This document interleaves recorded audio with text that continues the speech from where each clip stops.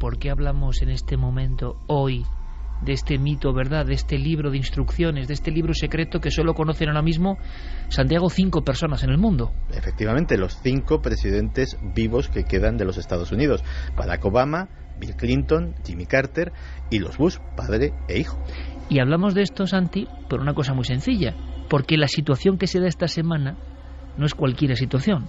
Si uno va a los titulares, bueno, en fin, más le vale casi pasar página. Hay expertos del mundo de la simbología, del mundo del ocultismo, del mundo de nuestros temas, del mundo de la geopolítica, que hablan de Tercera Guerra Mundial. Yo creo que se equivocan, estoy seguro de que se equivocan, pero eso se está comentando. Bien, ¿qué ocurre? Que hace unos días Santi dejaba varias trazas de investigación, comentó unas webs concretas para seguir, digamos, con información privilegiada lo que está pasando de verdad en Corea del Norte, esas amenazas. Hace unas 9 horas se hablaba de 2 misiles de cabeza nuclear colocados sobre las lanzaderas en Corea del Norte. Esto no ha ocurrido nunca. Es una amenaza mundial que nunca ha ocurrido. Por eso nos ha parecido perfecto, espero que a vosotros también, sacarnos de la manga esta historia de ese libro donde el presidente tiene que saber cómo actuar si esto en estas mismas horas va un poco más allá. En un minuto, Santi, antes de hablar del libro, situación actual. Pues la situación, dábamos unas trazas, como muy bien has dicho en el programa anterior, para tranquilizar a la gente y que viese las posibilidades reales de que hubiese conflicto, y lo cierto es que hemos conseguido casi lo contrario, porque esos 2 síntomas tranquilizadores han desaparecido de repente. ¿Puedo recordarlo? Por un lado, recomendábamos consultar la página web de las fuerzas norteamericanas en Corea, usfk.mil era la página web que misteriosamente lleva caída varios días. Nadie sabe si porque la han retirado los propios norteamericanos para efectivamente evitar dar esa información, porque haya subido el nivel de alerta. Se han enterado de lo que has dicho en Milenio 3, Santi. O porque hayan sufrido, que también es muy propio de las tensiones entre Corea del Norte y Estados Unidos, hayan sufrido algún tipo de ciberataque. Caramba, mucho ciberataque debía de ser cuando lleva días absolutamente fuera de la web esa página. Ahora mismo no está disponible y lleva así, creo que desde el martes o miércoles. Y la otra era el complejo industrial de Kaesong, que comparten Corea del Norte y Corea del Sur. Los trabajadores son coreanos del norte, está en territorio de Corea del Norte, y los técnicos y el personal directivo de las diferentes empresas son coreanos del sur. Pues bien, Kim Jong-un ha decidido cortar el contacto. El complejo industrial lleva cerrado también varios días, y esos 2 síntomas tranquilizadores que habíamos dado, pues de repente han dejado de ser tan tranquilizadores, y efectivamente, de una forma cualitativa, en esta semana la tensión ha subido muchísimo. Lanzamos la pregunta a las redes sociales, a la nave del misterio que viaja paralelamente en lo digital. ¿Creéis realmente, como dicen algunos expertos, que estamos cerca de la Tercera Guerra Mundial? ¿Se puede hablar a ese nivel? El concepto de Tercera Guerra Mundial, desde el año 80, ha estado de nuevo bulliendo en libros, y por fortuna siempre ha sido una falsa alarma, ¿no? Pero ¿y ahora por qué hay tantas personas que creen que el conflicto, la deflagración nuclear, está a punto?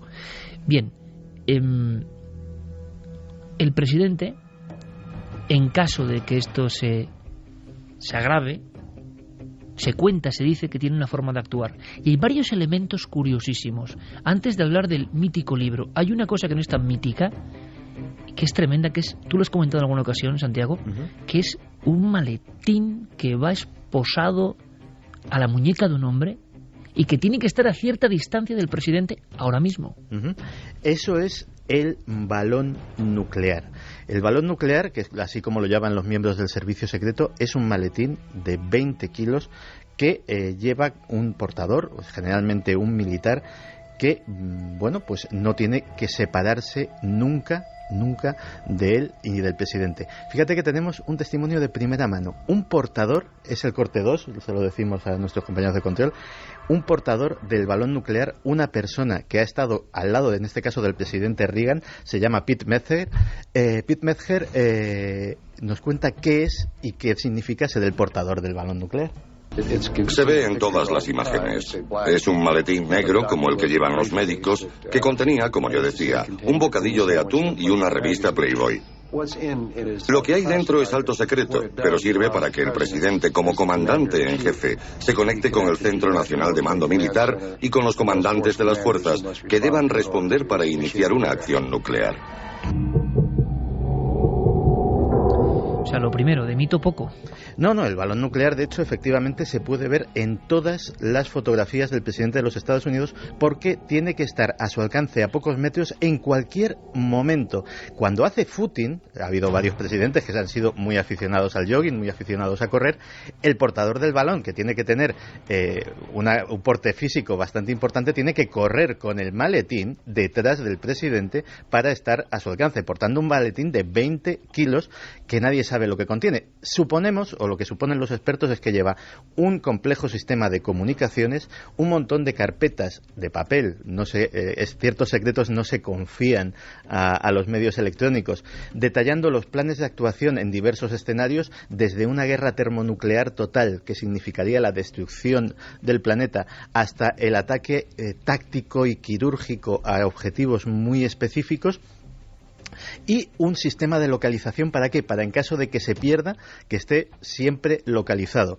Es difícil que se pierda, porque eso podría haber sido en caso de accidente aéreo, de ataque en plan de lo que sucedió en el 11S, etcétera, etcétera, porque el maletín va unido físicamente, las famosas esposas, al cuerpo del portador, que siempre es un asesor, un militar de alto rango, que lleva... Una persona muy vigilada, me imagino, también a su vez, porque puede ser objeto de un atentado, de un intento de secuestro, ¿no? En cierto sentido, muchas veces como objetivo es más precioso vigilar el maletín que la vida del propio presidente, porque el maletín, el portador del maletín, tiene todo el poder nuclear de los Estados Unidos al alcance de su mano. Fíjate si es importante que cuando hay un cambio de presidente, hay un relevo en el mando presidencial, el día de la jura, que el presidente cesante está presente también, hay dos. Es el único momento en que existen dos copias de ese maletín.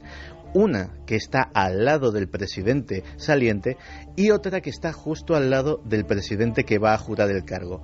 Porque si sucede algo en cuestión de segundos o en cuestión de minutos, en el interín, si sucede mientras todavía no ha jurado el presidente, se hace cargo automáticamente el presidente saliente, y si sucede inmediatamente después del juramento, basta con el decir lo juro para que se active el segundo maletín nuclear, se desactive el primero y tenga ya todo el poder del arma nuclear de la nación el presidente entrante.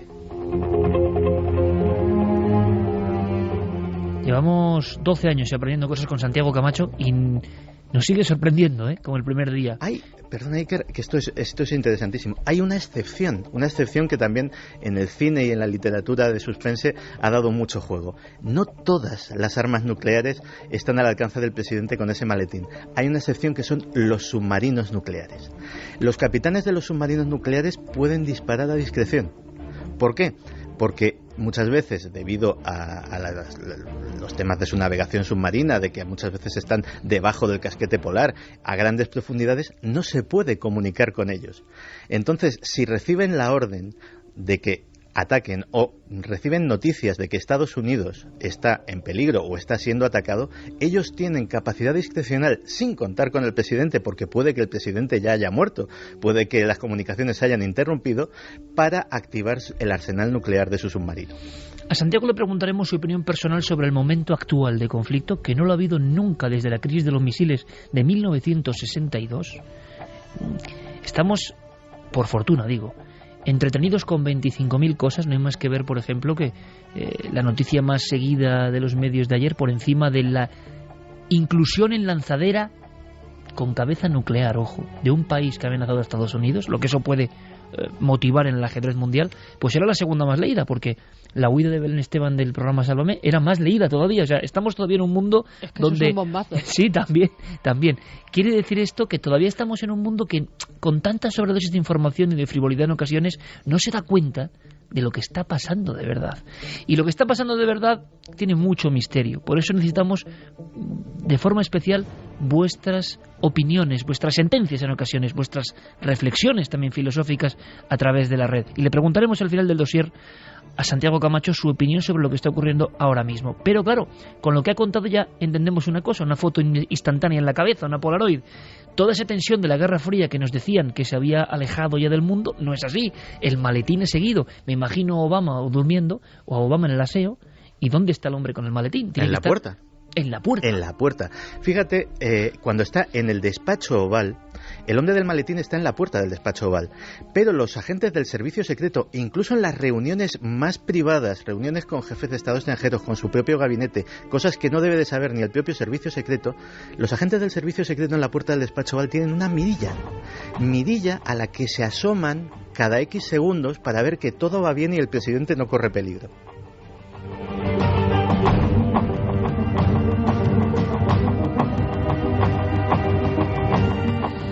Bueno, pues con esta imagen tan clara, tan diáfana, que solo puede contar en la radio española Santiago Camacho, ahí está, ¿no? Estamos viéndolo. Bien, situación a día de hoy, ahora mismo, complicadísima. Pero hemos sabido esta misma noche que al margen de ese maletín, que de alguna forma ya es como el teléfono rojo, ¿no? Teléfono rojo vía directa a Moscú. La Guerra Fría de los 60 era con un teléfono de esos antiguos. Ahora sabemos que hay otro elemento que por lo menos en los últimos años, desde el final de la Segunda Guerra Mundial, ha ido creciendo, en la mítica o en la verdad. Ese libro de instrucciones, junto al maletín que se pasan como un legado los presidentes de la nación más poderosa de la Tierra, hay un libro, ¿o qué exactamente? Porque Santiago ha dicho una cosa interesantísima, y es que ante la amenaza de una posible guerra o incluso catástrofe de ámbito solar o cósmico que afectase especialmente a los equipos informáticos donde está toda nuestra vida, se ha hablado de, y es un bonito tema o terrible tema, apocalipsis digital. Todas nuestras fotos, toda nuestra vida, todos nuestros archivos, todas nuestras cuentas, todo borrado, por ejemplo, por una gran deflagración de corona solar, una lluvia de fuego del sol de máxima intensidad podría hacerlo. Entonces resulta que en pleno siglo XXI los grandes secretos, los grandes misterios vuelven a estar en papel, en carpeta. Tienen otras debilidades y peligros, pero digamos que evitan ese ataque un poco invisible contra el código digital. Entonces, ¿cómo es el libro? ¿Será un libro realmente? ¿Un libro donde el presidente escribe algo? ¿Donde está todo escrito? ¿Donde hay misterios? ¿Es un sobre? ¿Es un dossier? ¿Es un CD? ¿Es un pendrive? ¿Está en alguna nube secreta y paralela, Santiago? Pues se cuenta, y los que vieron aquella escena juran que es así, que cuando Barack Obama llegó a la Casa Blanca por primera vez el 20 de enero de 2009 y entró para tomar posesión de ese mítico despacho oval, en el escritorio del despacho oval había solamente un sobre abultado de color sepia, un sobre con un POSIT normal de los que tenemos todos en las oficinas, que había escrito George Bush a mano con un rotulador un número, 44, haciendo referencia a que el destinatario era el 44 presidente de los Estados Unidos. Nadie sabe qué contenía el sobre. Nadie sabe si era un libro físicamente, nadie sabe si, como probablemente sea, es un conjunto, una recopilación de documentos que solamente el presidente y su jefe de gabinete seleccionan para que el presidente de los Estados Unidos sepa lo que solo él puede saber. Y automáticamente después el presidente recibe al posiblemente personaje más importante en cuanto a ponerle al día de cosas después de él, que es el director de la CIA. Tenemos el testimonio de Michael Hayden, que fue el director de la CIA que dio cuentas a Obama de qué era lo que necesitaba saber. Y es un testimonio increíble, es el corte número 1. Yo creo que hay motivo para alarmarse por una razón muy simple. Empecé diciéndole al señor presidente electo que todas habían sido autorizadas personalmente por los presidentes, pero no por el presidente en persona. Son autorizadas por la oficina del presidente. Así que, señor presidente electo, a menos que nos ordene que detengamos alguna, la misma tarde en que jure el cargo seguiremos haciéndolas. Ese paso se denomina llamada de atención, cuando le informas. Y después las fuimos revisando. llamada de atención. Y ese es precisamente el momento en el que el presidente se entera de cosas que ni él mismo, siendo candidato, siendo un gran político de su país, ni como ciudadano sabía, ni siquiera sabía que desconocía, que es un concepto muy interesante, porque nosotros a lo mejor sabemos que desconocemos lo que hay en el Área 51, sabemos que desconocemos si los norteamericanos han tenido o no contacto con los extraterrestres, sabemos que desconocemos muchas cosas, pero hay cosas que ni siquiera sabemos que desconocemos, y el presidente de los Estados Unidos se entera ese día de algunas de ellas. Hablamos, por tanto, de asuntos tan importantes como los eternos misterios, que yo creo que por sabidos y por repetidos, quizá esta noche os interesen menos: Área 51, Roswell, recuperación de tecnología de origen desconocido, nuevas tecnologías que podrían acabar con algunas instauradas en la Tierra desde hace mucho tiempo, pero, y siendo muy interesante evidentemente, hay otras cosas increíbles: agencias paralelas, pactos o relaciones con sociedades secretas. Bueno, vamos descifrando el libro secreto. ¿El libro o el sobre o los expedientes secretos? ¿Sabes? Fíjate hasta qué punto un presidente de los Estados Unidos se puede llevar sorpresas ese día, que Harry Truman, cuando tomó a la muerte de su antecesor el puesto en plena Segunda Guerra Mundial, el día que se hizo presidente de los Estados Unidos se enteró de que existía la bomba atómica. Él no lo sabía. Él, siendo el vicepresidente, desconocía ese secreto, ese arma secreta que el ejército ponía en ese momento a su disposición. O sea que el presidente, cuando de alguna forma toma el cargo, no ese cargo público que vemos en esa ceremonia bastante austera, por otro lado, muy a la americana, muy normal, sino cuando llega a leerlo, imaginamos en el despacho o a las olas, el contenido de ese libro sobre, es cuando él mismo, imagino, con los ojos como platos, se da cuenta de cosas que son inconcebibles y que solo se transmiten entre ellos. Por lo tanto, grandes cartas del mundo nuestro del misterio también pueden estar ahí escondidas, ¿no? Por supuesto. Y algunos secretos de un edificio emblemático. Hace unas semanas hablábamos en nuestro programa de televisión, hablábamos en Cuarto Milenio, de los fantasmas de la Casa Blanca. Hablábamos de Lincoln, hablábamos de la historia apasionante que tiene ese edificio. Pues ese edificio tiene también un manual de instrucciones que seguramente esté en una carpeta en ese sobre, porque no es un edificio cualquiera. Por ejemplo, hay que saber dónde está el refugio atómico, qué capacidades tiene, qué se puede hacer desde él. Michael Bond, asesor de Reagan, nos habla de ese refugio atómico. Está en el sótano del ala este. Es un antiguo refugio antiaéreo de la Segunda Guerra Mundial, con una puerta muy grande y pesada. Está lleno de literas y latas de comida y de agua y todo eso. Cheney, Condoleezza Rice y algunas otras personas pasaron la tormenta del 11S en el Peoc. 1:58, Milenio 3, estamos todos indagando en el libro quizá más secreto de la historia, o uno de los más secretos. Se habla de esas horas perdidas, de esa abducción, entre comillas, de los principales protagonistas del gobierno Bush en las horas de mayor tensión hasta ahora, comparables de alguna forma, a otro nivel, aquello era un ataque dentro del territorio americano, del 11 de septiembre del 2001. Pues sí, además sucedió en un entorno que era la peor de las pesadillas para una crisis de esas en el ámbito de la Casa Blanca, que era que pillase al presidente fuera de la Casa Blanca. ¿Por qué? Porque aparte de ese refugio atómico, de esa sala absolutamente segura, capaz de aguantar un impacto directo de un arma nuclear y que sus habitantes queden resguardados durante años, aparte de eso, en el otro ala del edificio, también en un subterráneo, está el cerebro, el corazón de la defensa estratégica estadounidense, lo que se llama la sala de situación. El mismo Michael Bond nos cuenta en qué consiste. La mayoría piensa que la sala de crisis es una sala de reuniones, pero en realidad es el centro de inteligencia del presidente. La montó el presidente John Kennedy en 1961 para poder averiguar lo que sabía el resto del gobierno en cada momento.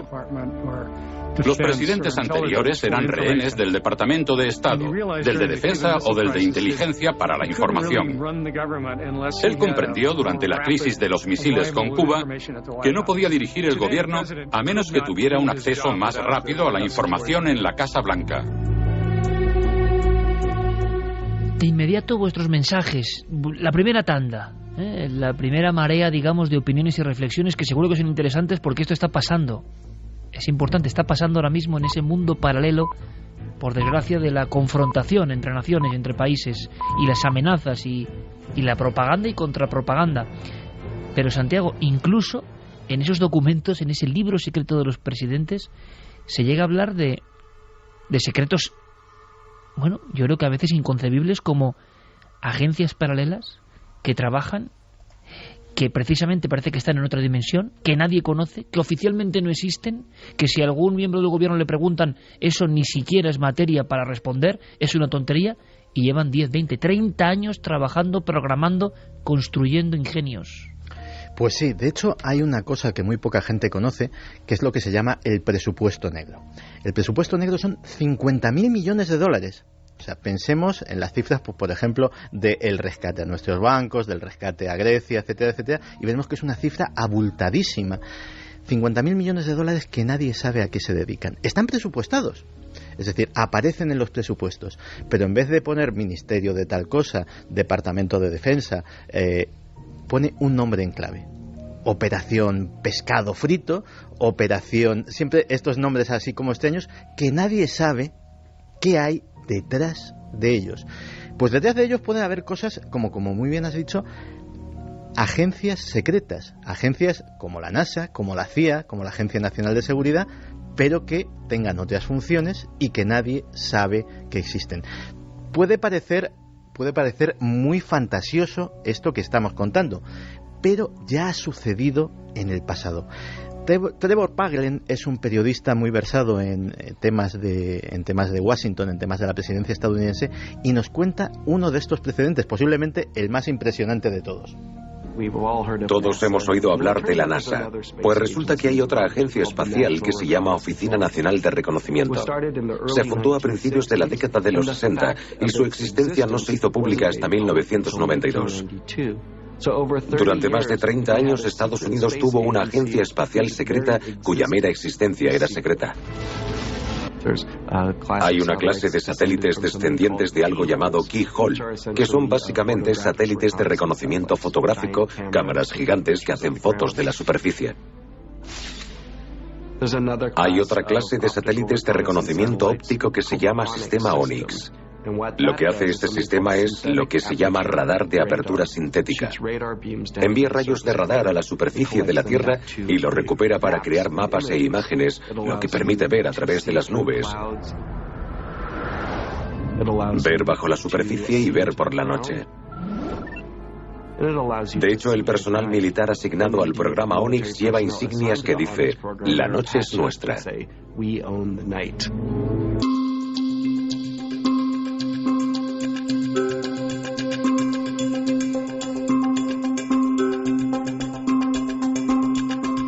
La noche es nuestra, ese es el lema. Hay otro epígrafe o otro titular dentro de esos dosieres, carpetas o libro, que es como para pronunciar con mucha reverencia, incluso con cierto temor casi sagrado: Plan del juicio final. Claro, porque en ese libro secreto de los presidentes también hay que ponerse en lo peor. ¿Qué pasa cuando todo falla? ¿Qué pasa cuando no solamente nos hemos metido en una guerra nuclear, sino que la hemos perdido? ¿Qué pasa cuando el presidente ya no existe? ¿Quién controla el país? Pues hay una cosa... ¿Se contempla eso también? Sí, se contempla, y de hecho existe bajo ese epígrafe, el plan del juicio final. Nos lo cuenta un historiador norteamericano, Alan Lightman. El Ejecutivo ha desarrollado planes para la posibilidad de un día del juicio final que no se fundamentan en la Constitución. Son planes para que el gobierno y el país sigan funcionando bajo la ley marcial. Son extraconstitucionales, porque en la Constitución y las leyes de Estados Unidos no se dice nada que determine qué podría pasar en ese supuesto del día del juicio final. Imagino que oficialmente, Santiago, muchas personas dirán que esto es inconcebible, que esto no existe, que estos son mitos, como los mismos mitos, Área 51, Roswell, muerte de JFK, verdadero motivo, sociedades secretas detrás de la muerte de Lincoln, masonería en el poder, todo eso que igual está dentro del libro, ¿no? Pero se seguirá acusando de cara afuera de que esto es inconcebible, una tontería, una fiebre, ¿no?, por los misterios que no tienen sentido. Bueno, pues curiosamente, todo lo que hemos estado tratando hasta ahora, esta noche, son cosas que existen, comprobadas, certificadas, reconocidas por el propio gobierno estadounidense. Es la parte que, digamos, sabemos que no sabemos que está ahí dentro de ese libro secreto de los presidentes. El grueso está la parte que tanto el próximo candidato como nosotros no conocemos. Él, afortunadamente, lo conocerá el día que tome posesión. Y no sabemos lo que se encontrará. No sabemos si se encontrará con visitantes de otro planeta. No sabemos si cuando abra la carpeta que ponga Kennedy se llevará una sorpresa o se confirmará la versión oficial.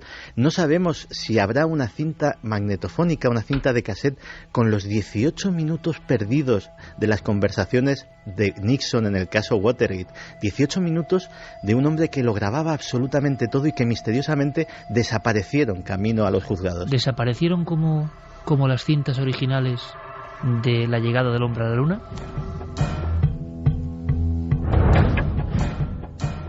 Bueno, pues yo creo que también la noche es vuestra, ¿no? Decían, la noche es nuestra en ese proyecto de investigación, pero los mensajes son importantes cuando vienen de vuestra órbita. Vamos a escucharlos. Sí, incluso nos mandaban fotografías de ese maletín nuclear. ¡Qué bueno! El que pesa 20 kilos. Que da bastante miedito, ¿eh? Sí. Está un poco viejo, ya lo podían cambiar.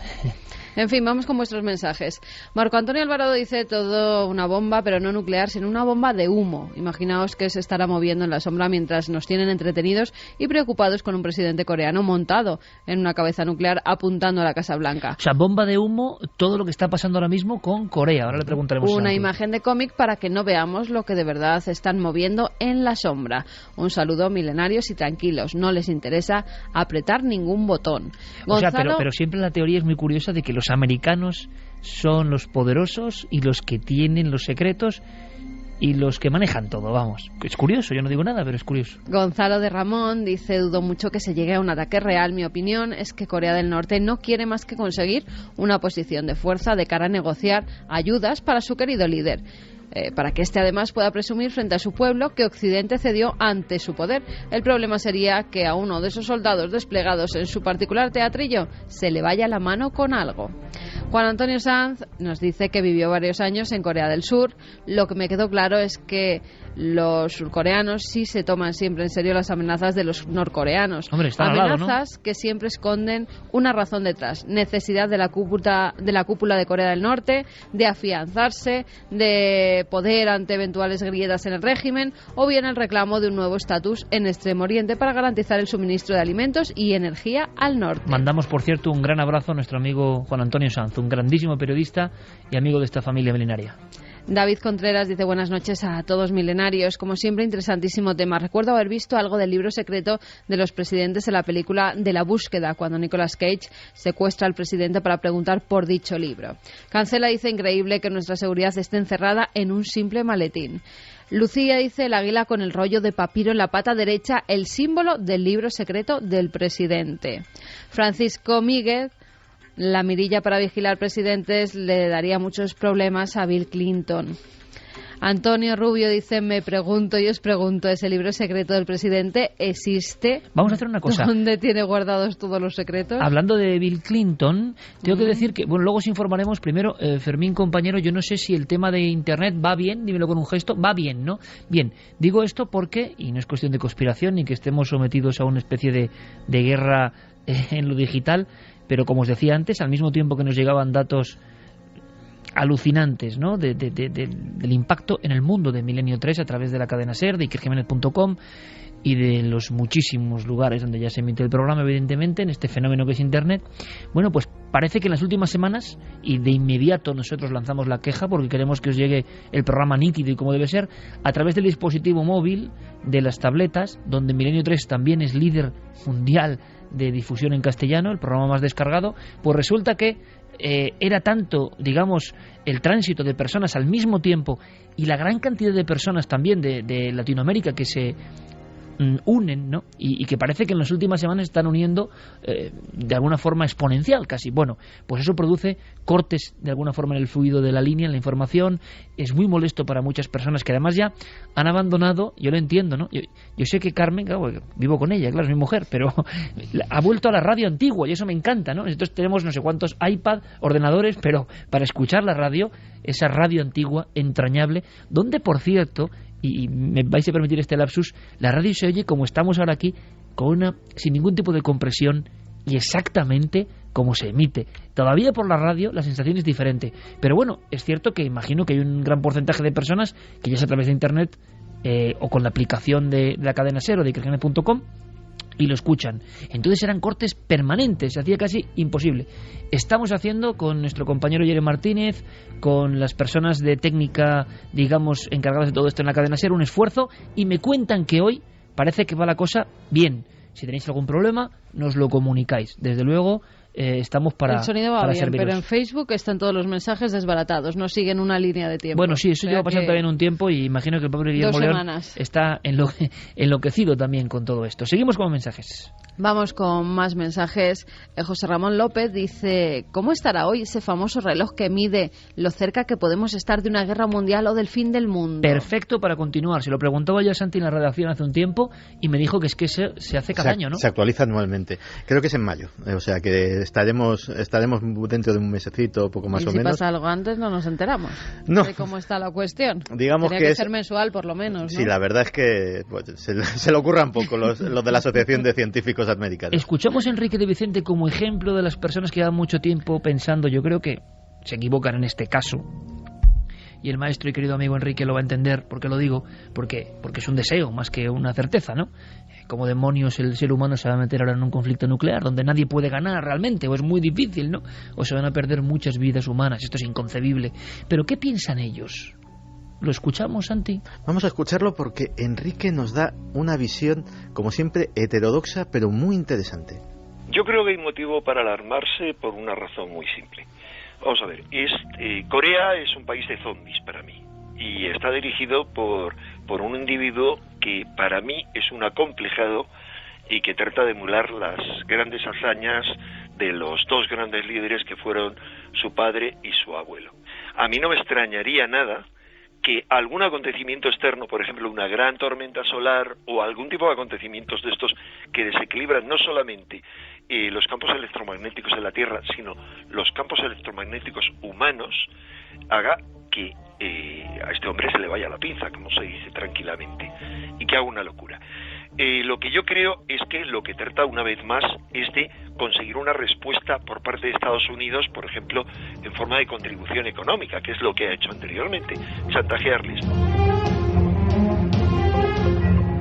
Un chantaje, eso es, digamos, la tesis más generalizada entre los analistas de todo el mundo. Sin embargo, Enrique tiene también un análisis muy fino sobre la postura de China en este asunto. Es el gran peligro aquí, ¿no? No, en realidad, fíjate que muchas veces desde Occidente vemos a China como el gran peligro, pero justo en este caso puede convertirse en todo lo contrario, en un factor equilibrante que pudiera parar, que pudiera frenar de una manera muy sutil o a lo mejor no tan sutil, dependiendo de cómo escalasen las circunstancias, a su vecino coreano.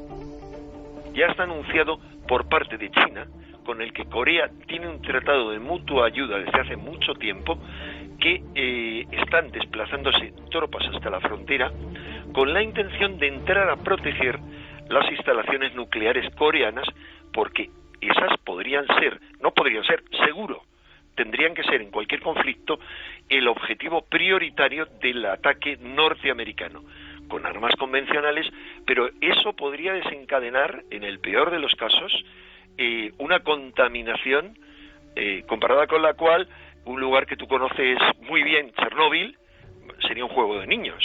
Y esa contaminación nuclear afectaría de forma inmediata a una parte de Rusia, que es la más próxima a Corea, muy poco poblada, pero a buena parte de China.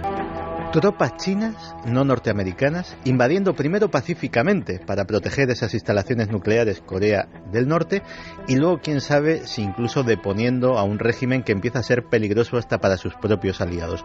Es una posibilidad.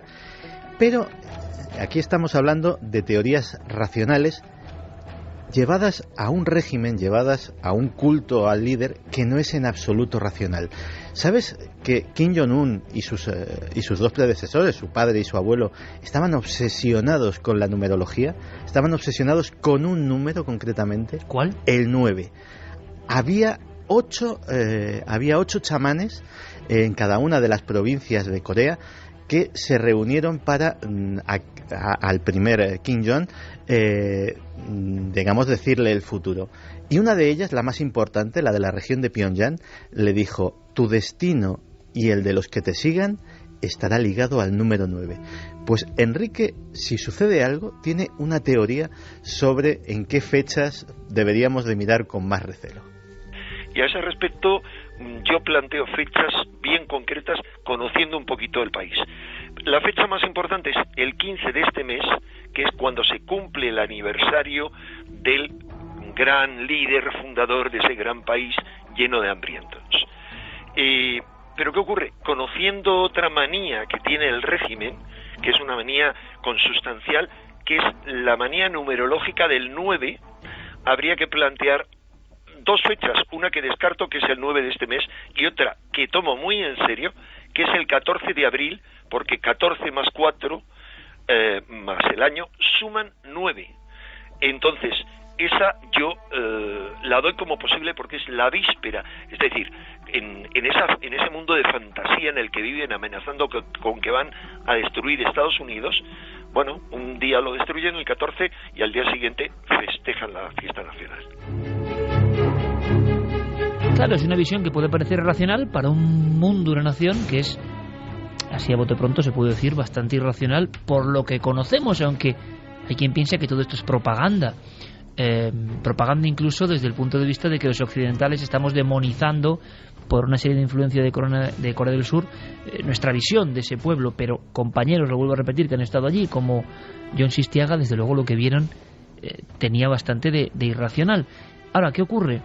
Que fechas concretas e incluso difusión de vídeos de propaganda de cómo destruir Estados Unidos en 72 horas, Santi, sí, en Corea del Norte. Es que estamos hablando efectivamente de un país y de un régimen y de una personalidad que no son en absoluto convencionales. Los vídeos de propaganda que se han difundido hoy en la televisión norcoreana eran absolutamente increíbles. De hecho, se pintaba a la población norteamericana empobrecida, tomando sopas de caridad. Así está en Estados Unidos, no como nosotros, que vivimos bien. Y un ataque automático que en 72 horas, destrozando Corea del Sur, tomando a todos los rehenes norteamericanos que hubiera en el país y con eso negociando con los Estados Unidos, se podría conseguir la victoria. No es, como muy bien has dicho, las tesis numerológicas de Enrique pueden parecer extravagantes, pero es que estamos hablando de alguien que se las toma muy en serio. La familia Kim Jong solo se alimenta de granjas que llevan el número 9. De hecho, son los alimentos del 9, y esas granjas, como se suele ser costumbre en los regímenes comunistas, van numeradas, la granja 1, 2, 3, 4, 2000, pues las granjas número 9 son las encargadas, son las mejores, lógicamente, de proveer de alimentos al presidente y a su familia. El coche del presidente solamente lleva un 9 de matrícula. La guardia personal de Kim Jong-un y de su padre y de su abuelo es la unidad 963, que, haciendo el desarrollo numerológico, vuelve a dar 9. Es decir, todas las celebraciones, los lanzamientos de misiles, las pruebas nucleares, absolutamente cada fecha reseñable dentro del régimen norcoreano se hace coincidir numerológicamente con el 9. Es lo de siempre, Santi. Nosotros podemos no creerlo, pero ellos sí. Sí, ellos se lo y creen este a pies juntillas. Importante. Te la dejo, como decimos en el argot futbolístico, votando prácticamente, ¿no? Para rematar. Tu opinión de lo que pasa ahora mismo, si vemos las noticias. ¿Hay algún consejo más, Santi, ya que ha fallado lo de la página web y esa información sobre ese centro fabril que parece que ha concluido en su producción? ¿Ahora qué podemos mirar? ¿Qué podemos pensar? ¿Tú qué opinas? Pues yo honradamente estoy precisamente con Enrique de que justo en esta crisis el gobierno chino, el ejército chino, el pueblo chino que, bueno, son comunistas, los hemos visto con cierto recelo por ser de una cultura diferente. En este caso yo creo que son nuestros amigos, porque es una guerra que no conviene absolutamente a nadie, ni a ninguno de los implicados, aunque uno de ellos parece que sí cree que le conviene, ni tampoco a sus aliados. Y es precisamente en esos aliados, y en uno tan poderoso como China, en el que tenemos que centrar las esperanzas de que haya una mediación o una intervención. Pues Santi, nos quitamos el sombrero, sinceramente, gracias por la lección, compañero, y sobre todo, ojalá que tengas toda la razón del mundo.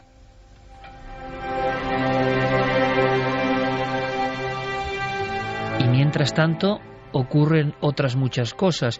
Siguiente ráfaga, aunque sea muy breve, Carmen, de pensamientos, abuela pluma, sobre esta cuestión que parecía ya anacrónica, ¿no? Después de la Guerra Fría, después de la caída del muro de Berlín, después de que el mundo de alguna forma perdiese su tensión permanente entre dos formas de mirar la realidad, encontrarnos con una tensión con misiles, cabezas nucleares, lanzamiento, amenazas. Esto sonaba increíble ya. Esto quedaba fuera de los libros de texto, ¿no? ¿Qué opináis? Pues mira, Raúl Palma nos dice, hablando de los presidentes de los Estados Unidos y su primera reunión con la CIA, me acuerdo que Barack Obama era todo sonrisas hasta aquella tarde que tuvo el briefing con la CIA para ponerle al corriente de todo. Se puede ver en una entrevista posterior que dio Barack Obama cómo esa sonrisa había desaparecido por completo. Lo quedaría por saber lo que se dijo en esa reunión. Jeremías dice, la Tercera Guerra Mundial será por el agua o el coltán. Eliberto, como en el libro del Club Bilderberg, hay personas que manejan nuestras vidas como si fuera un juego.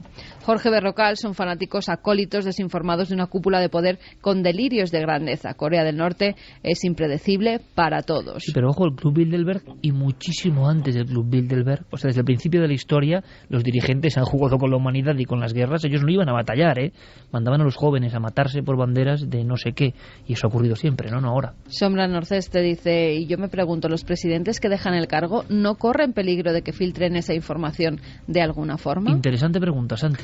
Pues en el caso de los presidentes de los Estados Unidos, es que el hecho de ser presidente ya te marca de por vida. Tienes escolta del servicio secreto para siempre.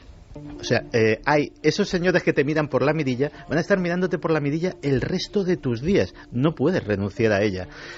Vas a estar... Madre mía, toda la vida sí. Vigilados, perseguidos... Pero un compromiso de vida. Pero el equipo de guardaespaldas del servicio secreto de un expresidente de los Estados Unidos puede ser de 20 o 30 personas, O sea, de 20 o 30 trajeados de negro, como suelen ser los agentes del servicio secreto. Pero se le puede ir la boca a un expresidente en una rueda de prensa o en unas declaraciones.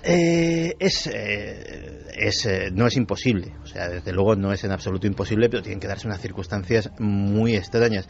Posiblemente el único peligro grande que ha habido últimamente fue el caso desgraciado de Ronald Reagan, sobre todo que tuvo una enfermedad de Alzheimer. Afortunadamente para los secretos que guardase fue apartado por completo de la vida pública a partir del diagnóstico. Y es curioso porque hablábamos de esos 5 personas cuando Barack Obama... No, miento. Lo hizo a iniciativa de George Bush hijo. George Bush hijo, cuando iba a cederle el mando a Barack Obama, el día antes celebró una cena, una reunión en la cual esas 5 personas estaban invitadas y solo ellas. Solo los 5 presidentes de los Estados Unidos. Era la primera vez que se hacía. Los 4 salientes y el que iba a entrar al día siguiente se reunieron. Era como si esos 4 le fueran a decir lo que le esperaba, le fueran a avisar, le fueran a dar el testigo de ese libro secreto. ¿Y qué sabrán esos 5 invitados a la cena? ¿Qué sabrán? ¿Con qué podrían deslumbrarnos a nosotros que somos pobres mortales que seguimos preguntándonos 1000 cosas? Hay 5 personas, quizá otras en el mundo, que saben grandes verdades que siguen siendo lejanas y que algunas nos las disfrazan de mitos, ¿no? Para que no preguntemos, para que no sigamos insistiendo, y quizá algunas son verdad. Santi, Bill Clinton, creo, precisamente Bill Clinton, que preguntó de inmediato por algunas cosas. Sí. Nada más jurar el cargo, preguntó por qué. Bill Clinton, es curiosísimo, Bill Clinton, según llegó, ni libro secreto ni nada. O sea, preguntó, ¿quién mató a Kennedy? ¿Tenemos extraterrestres? ¿Es verdad lo del Área 51? Y de hecho ha sido el único presidente estadounidense que ha hecho una investigación oficial sobre el Área 51. ¿Qué sucedió? que por razones e intereses de seguridad nacional los resultados de la investigación oficial nunca se supieron y quedaron declarados secretos. Nos lo temíamos, ¿no? Mientras También tanto... preguntó por cuántas becarias iba a tener, ¿no? Mientras tanto, en el Preguntó mundo... por dónde estaba el punto ciego de la mirilla, dónde no se ve. Mientras tanto, en este mundo que sigue con sus conflictos tremendos, no está mal descongestionar un poco, ¿verdad? Los científicos, observando por una mirilla muchísimo más amplia, se dan cuenta de que no conocemos nada y que, por ejemplo, cuestiones como la antimateria, la energía oscura, siguen desarrollando elementos y además muy cercanos. La última noticia que nos cuenta Carlos Cala es sorprendente de verdad. Es un hallazgo planetario. El cosmos no sabe de Corea del Norte ni de Estados Unidos. Resulta que aquí al lado, en la siguiente manzana cósmica, casi pegando a nuestra piel, empieza a haber elementos, huellas de ese mito de la antimateria.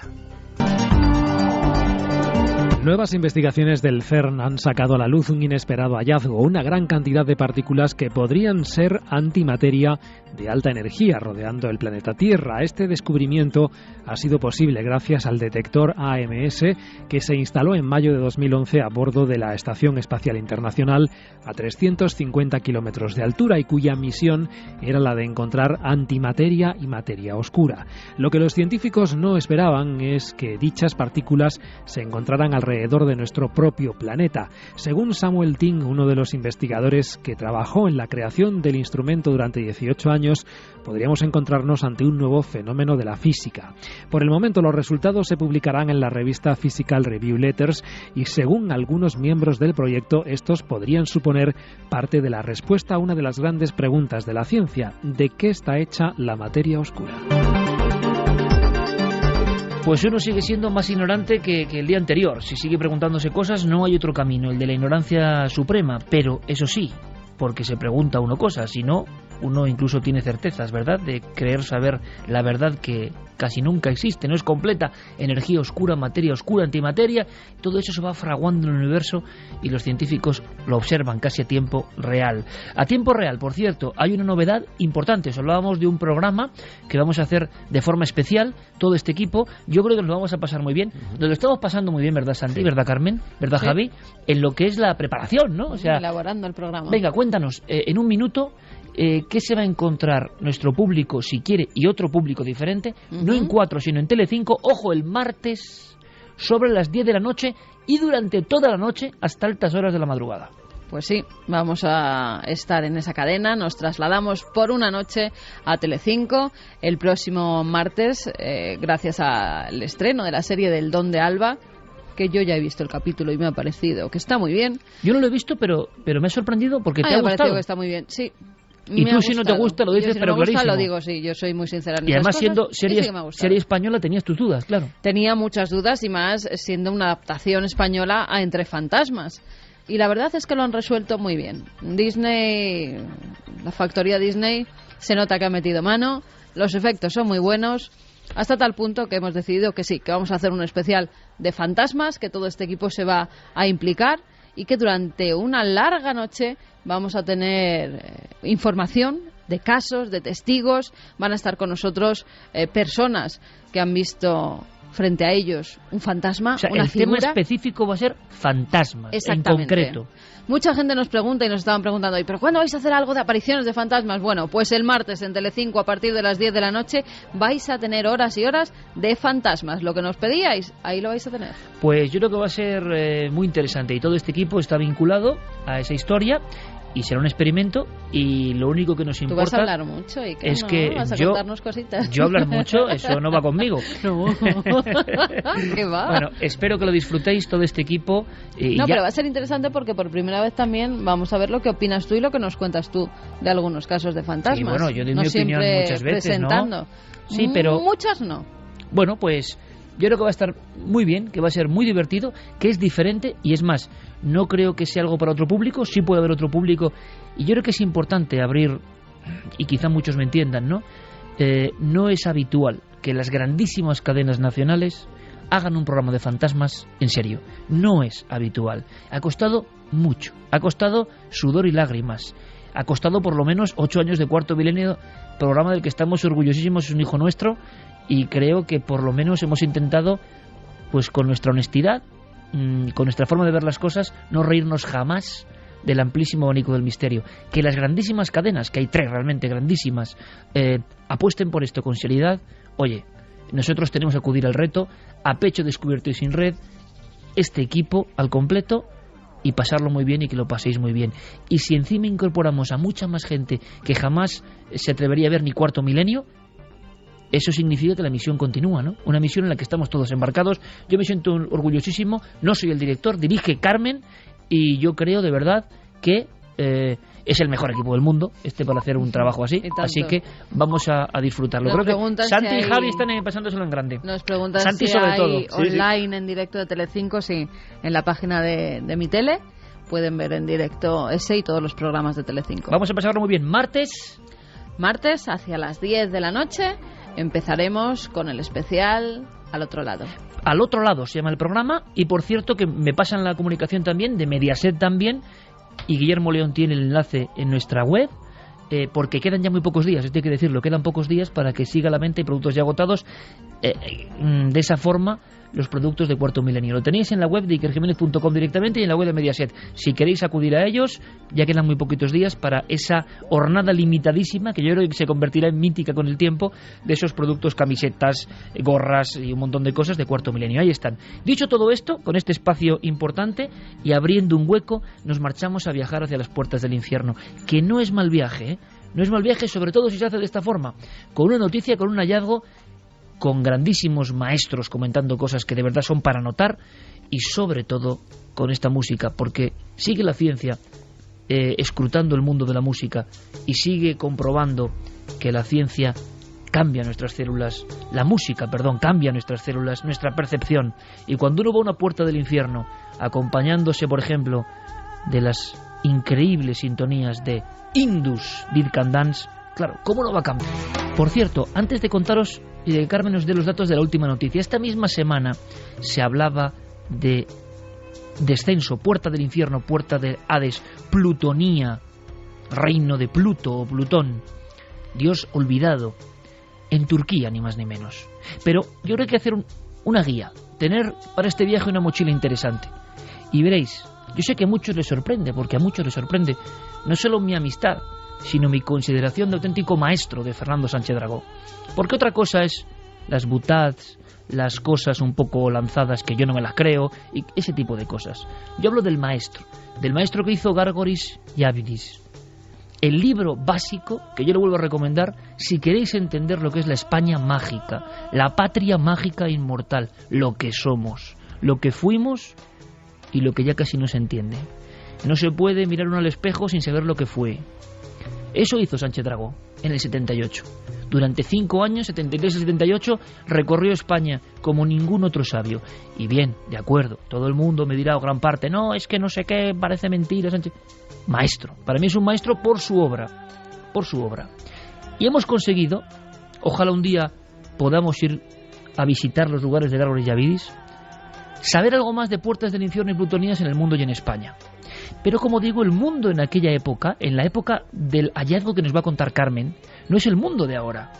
El mundo de entonces tenía unos mapas concretos, que se transmitían, como decía Santi, como el libro de los presidentes, solo entre iniciados. El iniciado o iniciando podía ser un héroe que para conocerse a sí mismo tenía que descender a veces al infierno.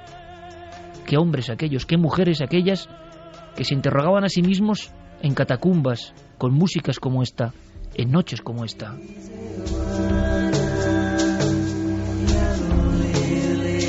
Y no nos extraña que viesen cosas y se presentasen y manifestasen cosas, no por alucinar, ojo, qué fácil es decir eso, sino porque tenían el cerebro todavía dispuesto para encontrarse con eso que ya está tapiado en nosotros. ¿Cuál era el equipaje de esa gente mágica? ¿Cómo era el mundo en la época en que se descubrieron las primeras puertas del infierno? Hay que tener en cuenta que esto responde a una concepción del cosmos que estaría articulada sobre 3 esferas concéntricas. El macrocosmos, que es lo que nos envuelve, lo que está por encima de nosotros, el micromundo, o el planeta Tierra en el que nosotros vivimos, y el inframundo, al que nosotros envolveríamos con el planeta Tierra. Entonces, desde las épocas más remotas de la historia, se cree que el hombre que quiere saber quién es, conocerse a sí mismo y por lo tanto averiguar cuál es su destino, cuál es su futuro, porque cuando te conoces a ti mismo sabes cuál es tu carácter, y el carácter, como dijo Platón, es el destino. Tiene que bajar a los ínferos, tiene que bajar al inframundo, tiene que bajar a la tierra de los muertos, para allí averiguar quién es. Claro, ¿os imagináis a Lisa Gerrard cantando en los pozos subterráneos, en los lugares donde hubo estas apariciones, y transformada por completo? Teníamos un mapa de algunos de estos sitios de descenso, no solo al infierno en el lado negativo, sino al lugar donde el hombre se encontraba con su espectro, con su espejo, con su verdadero yo, con lo que no queremos ver en muchas ocasiones. ¿Qué ha pasado esta misma semana? Es alucinante hacer un clip con algo que ha pasado, que los arqueólogos con su visión científica desentierran. No lo entienden muy bien, pero lo desentierran. Pues sí, que esta misma semana Francesco D'Andrea, que es profesor de Arqueología Clásica de la Universidad de Salerno, ha dado a conocer una de esas entradas al infierno. Ellos estaban por la zona haciendo excavaciones cuando se encontraron con una especie de templo que conducía a una mítica cueva que era conocida como la Puerta de Plutón. Allí hallan una escalera, un templo, unas columnas jónicas y además unas inscripciones que mencionaban Perséfone y Plutón. Estos eran los dioses del inframundo. Para los griegos y para los romanos, el infierno existía físicamente. O sea, era el lugar donde cuando morías, las almas físicamente empezaban a bajar, se metían dentro de la tierra y los conducían hasta el infierno. El geógrafo griego Estrabón dejó escrito que existían 3 Plutonion, así lo llamaban, y que todos ellos estaban además, curiosamente, cerca de cuevas o de lagos que por algo eran especiales, que tenían ciertas propiedades. Uno lo situaba en unas colinas entre las ciudades turcas de Aydin y Nisa, otro cerca del lago Averno, que se encuentra muy cerquita de Nápoles, y también en la ciudad de Hierápolis, que sería la actual Turquía, y es donde precisamente ahora se han encontrado esas ruinas. Pamukkale. Exactamente. A esta última le dedica un profundo estudio porque acude hasta ella, él visita físicamente esta entrada al inframundo, incluso dice que es un lugar lleno de misticismo, lo deja por escrito, pero que también hay mucha maldad, porque según escribe, y te relato sus palabras, ese espacio está lleno de un vapor denso y brumoso, por lo que apenas se puede ver el suelo. Cualquier animal que pasa a su interior encuentra una muerte instantánea.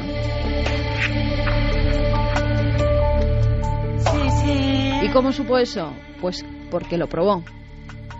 Cogió varios pajarillos, varios gorriones y los introducía en la cueva. Inmediatamente caían desplomados, muertos. Ya tenía la constancia. Verdaderamente allí estaban los dioses malos, estaba el infierno. Además, históricamente ya estos arqueólogos sabían que se hacían ciertos tipos de rituales en la zona. Han encontrado una gran piscina. En esa piscina, al parecer, los sacerdotes, los que pues en cierta forma llevaban los rituales en la zona, descansaban allí durante muchas noches para intentar contactar con los espíritus. Además, tenían ensoñaciones. En esas ensoñaciones, pues preguntaban cosas. ¿Te acuerdas de cuando estuvimos en Cádiz? Claro. En unos lugares que se llamaban como de incubaciones, ¿no? Esas ensoñaciones se producían porque era un lugar mágico, porque estaba cerca de respuestas que podían dar mientras dormían. Templos y preguntaban, exactamente, pues esto era una especie de templo del sueño. Es más, tanto griegos como romanos peregrinaban hasta allí, muchos de ellos para conocer cuál iba a ser su futuro, qué iba a suceder, qué iba a pasar. Y en los sueños se presentaban entidades que daban informaciones concretas. Uno ahora dice, los sueños son. Nos han acostumbrado a que los sueños son una especie de papelera de nuestro Windows interno. Y de papelera nada.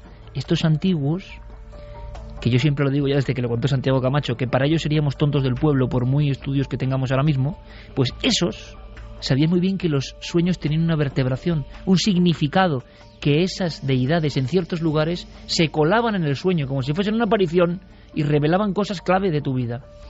Pues en este caso los sacerdotes, los elegidos, hacían un verdadero espectáculo ante los que iban a visitar aquel lugar mágico.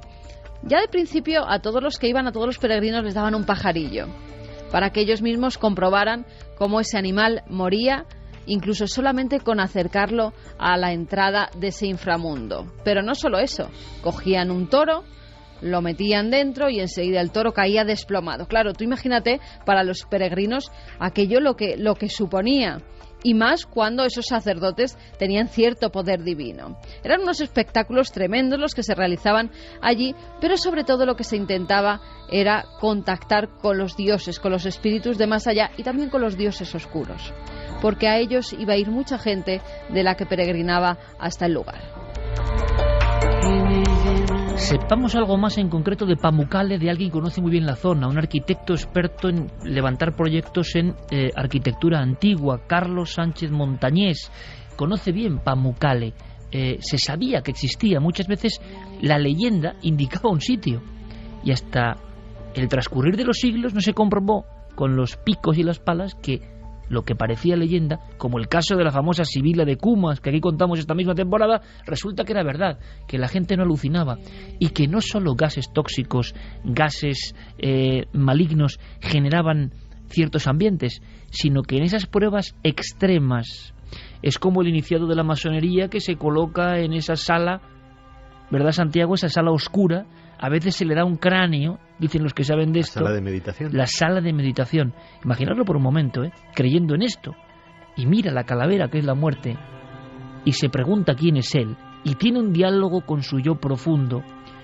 En esta vida en la que casi nada parece tener sentido, se encuentra el sentido en esos momentos clave.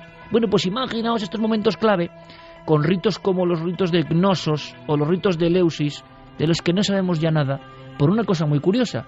Porque a pesar de que pasaron miles y miles y miles de personas durante siglos por los mismos lugares, casi todos guardaron el secreto, cosa que hoy sería imposible.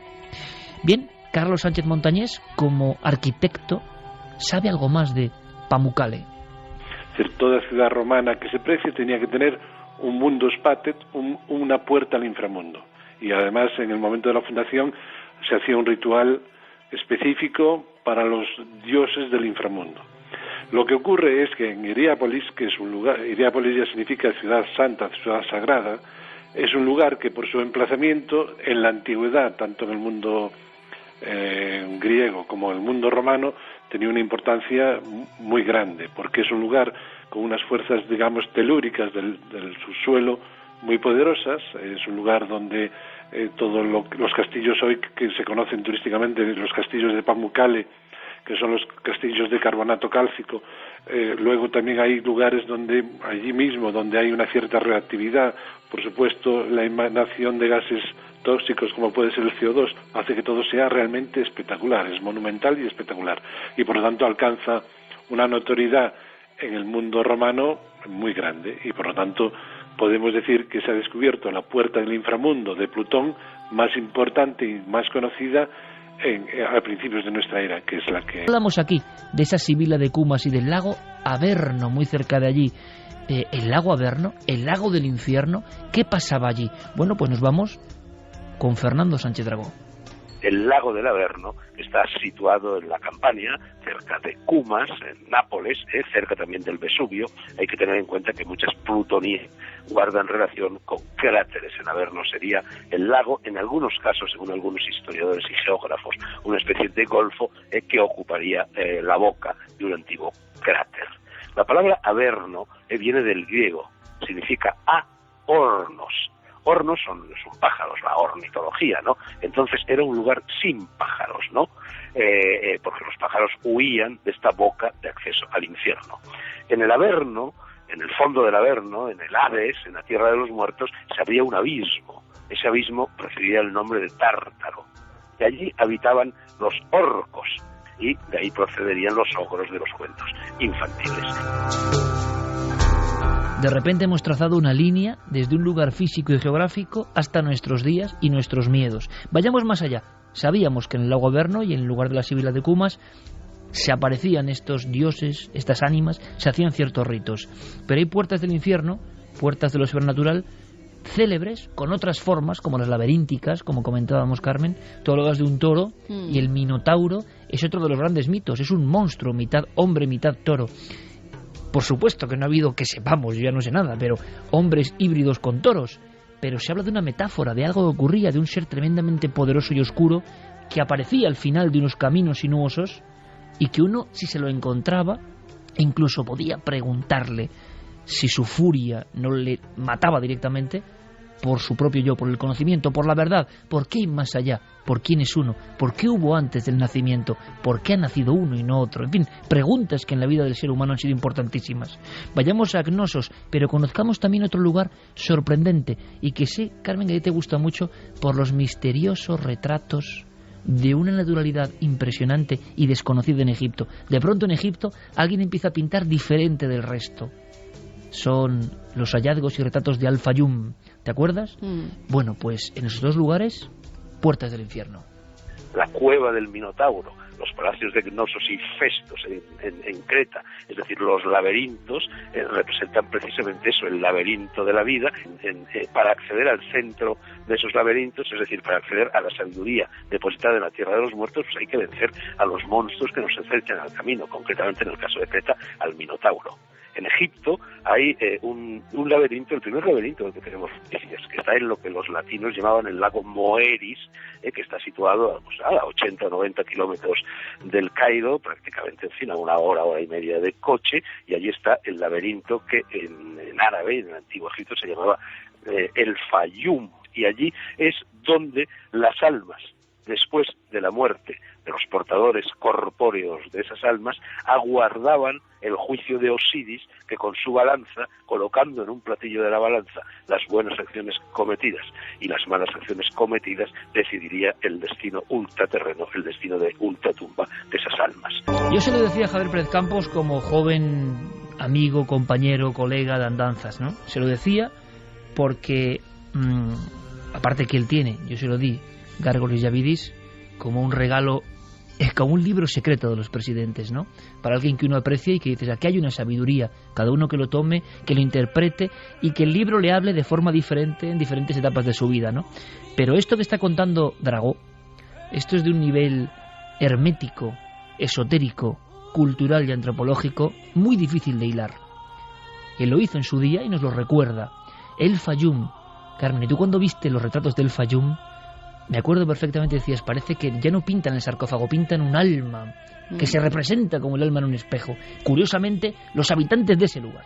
Claro, es que estaban pintando en madera ese rostro, lo que quedaría de el alma de ese difunto. Y además de una forma tan precisa, con esos ojos que parece que te siguen mirando. Es que esa es la clave. No era solo copiar, ¿no? No, no era copiar, era que esa persona que ese enterrado que estaba allí permaneciera en el más allá, que se notara todavía su alma en cierta forma, aunque plasmada ya en una madera. Y da la impresión de que ese ánima seguía allí, como decían los egipcios, ¿no? El Ba, el pájaro con cara del difunto que revolotea a veces sobre la tumba, porque todavía no es el momento de ascender a otras dimensiones o potencias, ese macrocosmos. Pero cuando uno ve, y podéis hacerlo hoy en día con un teclado, los retratos del Fayum, uno está viendo algo más que retratos. Miradlo durante unos segundos, miradlo si podéis con estas músicas, y veréis que algo vivo todavía parece asomar en pinturas de hace más de 3000 años. Qué extraño milagro de la óptica y del arte es ese. Todo es con la mirada ya ausente, como con la mirada en el más allá.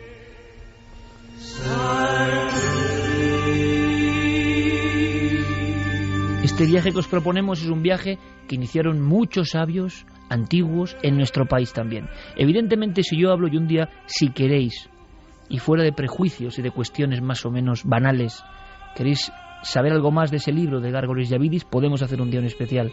Es un viaje por la España mágica antes que nadie. Ha habido otras grandes guías como las de Atienza, hombre, y Menéndez Pidal y Marcelino, un montón de intelectuales, Menéndez Pelayo, pero con esta fuerza e interrelación de cosas, comprobándolos in situ y con un bagaje cultural de este nivel, no ha habido. Igual ni habrá. Por eso ahora se lee esa Biblia del misterio español y cuando va a las cavernas descubre cosas que solo se están pensando especular ahora. Dragó sabe que era una especie de, no sé si de trance o cualquier historia en la que se metería él vio cómo se le revelaba todo eso. ¿Qué hay en España? ¿Qué plutonía se podría destacar en España? ¿Cuáles son las puertas del infierno? Se ha hablado a nivel popular del Escorial y de otras. Más modernas, más manidas. Hay unas más antiguas. ¿Y sabéis la diferencia? Que la gente sigue acudiendo a ellas. Da igual la ciencia, la matemática, la lógica y la racionalidad. Da igual la computadora y da igual lo que digan. A cierta plutonía en España sigue acudiendo la gente con sus muertos. Como si algo les obligase a hacer un camino de conocimiento como hicieron los órficos, como hizo Parménides, como hacían los etruscos. Es como ese camino fortísimo dentro del alma que obliga a hacer un rito que uno casi ni entiende, pero algo le catapulta a seguir haciéndolo generación tras generación. No es solo una romería, no es una cosa pintoresca, aunque algunos solo vean esa capa superficial. Es algo mucho más potente. Es el alma en su peregrinación. ¿En qué lugar ocurre esto? ¿Cuál es la plutonía española? Lo cuenta el autor de Gárgoris y Avidis. Toda Galicia está llena de plutonías. El viaje a Compostela es una reproducción del viaje al Finisterre que tenían que emprender los héroes iniciáticos del mundo antiguo para asistir en la costa del Finisterre, que no en balde se llama la costa de la muerte, al ocaso, al crepúsculo, al momento en el que el sol se escondía, y asistir al día siguiente a la resurrección del sol. Desde este punto de vista, toda la costa de la muerte está llena de plutonías. Pero lo más significativo de todas estas plutonías españolas se encuentra en San Andrés de Teixido, justamente en el Cabo del Ortega. En San Andrés de Teixido hay una romería, es la tierra de los muertos, y hay una romería a la cual acuden el día 8 de septiembre los gallegos, una romería muy tradicional, y lo hacen acompañados por los muertos de sus familias, a los cuales se les deja sitio en el coche y se les sirve plato en la comida. San Andrés de Teixido, San Andrés de Teixido como plutonía es impresionante, porque a muy pocos kilómetros de San Andrés de Teixido, por ejemplo, se abre lo que allí se llama el Pozo do Inferno, el Pozo del Infierno, Y el Pozo del Infierno hay un arroyo que se llama Arroyo Carón, como Caronte, que baja de ese Pozo del Infierno. Está esculpido en la roca viva el rostro del cancerbero. Curiosamente, en San Andrés de Teixido, por ejemplo, no se puede hacer noche. No sé si ahora habrá alguna fonda, algún hotel, alguna hostal, pero cuando yo lo visité, cuando recorría toda España buscando estas cosas para escribir Gárgoris y Avidis, no había ninguna fonda, no se podía pernoctar en San Andrés de Teixido porque efectivamente los muertos salen por la noche, y entonces los gallegos que iban a la romería tenían miedo de pasar la noche. 54, este era un poco el viaje de media hora hacia la España remota, pero también ancestral, eterna, la patria del misterio auténtico, de cosas que nos queda el esbozo, el destello, y no sabemos por qué, y solamente acudiendo a viejos libros sagrados o iniciados podemos entender algo. Mi compañero Javier Pérez Campos, en la penumbra a mi derecha, ponía unas expresiones tremendas escuchando a Fernando Sánchez Dragó, porque él, en los Cárpatos, en la Europa del centro y del este, en la Europa de la figura del vampiro, ha vivido algo parecido. El miedo eterno al muerto que de alguna forma no se acaba de marchar y que vuelve. Es el mismo miedo que en los años 70, porque ahora la cosa ha cambiado mucho, quizá la vida de hoy ha cambiado mucho, pero no ha tapado del todo la sustancia, la esencia, el alma, porque ese mismo miedo al muerto que no ha recibido su rito ocurre en San Andrés de Teixido cada 8 de septiembre. Lo ha vivido nuestro compañero Pablo Villarrubia. Historias de garras negras, de muertos que no se les ha honrado, de ese temor, de ese código perdido, pero que en la Galicia eterna, como tierra mirando siempre al mundo de los difuntos, una tierra de conexión al mismo nivel casi de Egipto, y que puede estar en España y tener carreteras y estar perfectamente civilizada como cualquier otra tierra de nuestro país, pero que tiene todavía ese alma, ese nexo que no se debe perder, esa romería, esa fiesta extraña, ese personaje que sale embozado o crucificado y que miramos como una postal, jijijaja, qué gracia. Eso viene de ancestros, de ideas, de conceptos, de arquetipos, de misterios que fueron esenciales y solo para los borricos de hoy, me incluyo, han perdido su realidad porque ya no la entendemos, porque la hemos dejado de lado. Recomponer esa realidad, ese es otro viaje, un viaje que creo, humildemente, que algunos, los aquí presentes, llevamos haciendo en peregrinación mucho tiempo. No sé qué os ha parecido el viaje, a mí me ha gustado. Lo importante es lo que digáis vosotros, por supuesto, en esta franja final. Pues mira, nuestra compañera Clara Taucer nos recuerda que, según el dicho, quien no conoce San Andrés de Teixido en vida lo conocerá una vez muerto. Lo había soltado ese Santiago Camacho, pero diciéndolo con los labios, emocionado, embriagado de España mágica, pero sin pronunciar la voz, claro, evidentemente. Jaime dice: hola equipo, esta Semana Santa pasada quien no foi de vivo, no, quien no foi de... Y da de muerto quien no fue de vivo. Eso. Mejor no lo digas en exacto, déjalo. Jaime dice: hola equipo, esta Semana Santa pasada estuve en Turquía, un país mágico, y entre otros muchos lugares estuve en Pamukkale. ¿Quién iba a decir que pocos días de estar allí después sale esta noticia? Bonito lugar que no solo se encuentran tumbas o la puerta del infierno, sino también obtuve esta bonita estampa. El agua de allí sale caliente y el carbonato cálcico ofrece unos paisajes que parecen nevados. Además es un sitio turístico tremendo porque la gente va allí a tomar precisamente esas aguas. Pero es que, ¿sabéis cómo han encontrado esta cueva, esta boca del infierno? Siguiendo al revés las aguas, desde aquí, desde estas piscinas, hacia lo que es ahora la entrada de la cueva, de la puerta. Hay un detalle más, yo no sé, Noel, si podemos recuperar el primer corte numerado con el 19 de Carlos Sánchez, exactamente, montañés, si es posible. Os digo por qué, porque hay una anécdota y luego seguimos con los mensajes a la vuelta, que tiene que ver con Pamukkale, y algo que ha pasado esta semana también, y algo que tiene que ver con el Vaticano. ¿Os imagináis el nexo imposible? Un hallazgo arqueológico en Turquía, el Vaticano, el Papa. El Papa fue de las aguas. Bueno, desde el punto de vista de la cronología en la que estamos viviendo es muy interesante, porque si hacéis una consulta de las fuentes en el mes de marzo, la prensa ha estado hablando de manera general de las puertas de Hades, pues con el nombramiento del Papa, es decir, al nombramiento de Pedro en los Evangelios, en Mateo, se habla, ¿no? Yo a la vez te digo que tú eres Pedro y sobre esta piedra edificaré mi iglesia y las puertas de Hades no prevalecerán contra ella. Y esta cita a Mateo, pues con el nombramiento del Papa Francisco, la prensa ha estado haciendo recuerdo de este fragmento de los Evangelios. Y precisamente ahora, cuando digamos que era un lugar común en la prensa mundial, aparecen las puertas de Hades, las puertas, popularmente las puertas del infierno, en Turquía.